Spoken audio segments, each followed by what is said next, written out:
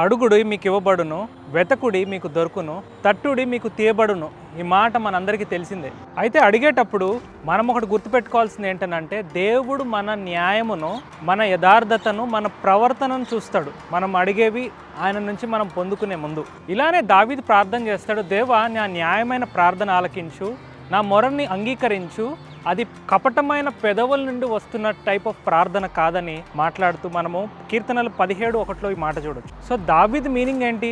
నా ప్రవర్తన న్యాయంగా ఉంది, నేను నీతిని అనుసరిస్తున్నా, స్వచ్ఛమైన హృదయంతో ఉన్నాను, కాబట్టి నా ప్రార్థన ఆలకించు అని ఆయన పాటిస్తూ దేవుణ్ణి అడుగుతున్నాడు. ఎలా అయితే నా చుట్టూన్న ప్రదేశము చాలా అందంగా ఉందో, నేను ఇక్కడ నిలబడి మీతో మాట్లాడడానికి ఎలా అయితే ఇష్టపడుతున్నానో, ఎలా అయితే మనకి ఇష్టం లేని కొన్ని ప్రదేశాల్లో దారిలో వెళ్తున్నప్పుడు గొతుకులు కనుక ఎదురవుతే మనము తప్పించుకుంటూ వెళ్తామో, అలాగే దేవుడు మన ప్రార్థన అంగీకరించాలని అంటే మనలో ఒక ఇష్టమైన ప్రవర్తన తను కోరుకుంటున్నాడని మనం గ్రహించాలి. అలా ప్రార్థన చేసినప్పుడు దేవుడు మనం అడిగే వాటన్నిటినీ ఇవ్వగలడు, మీరు పొందుకోగలరు. God bless you all and praise the lord.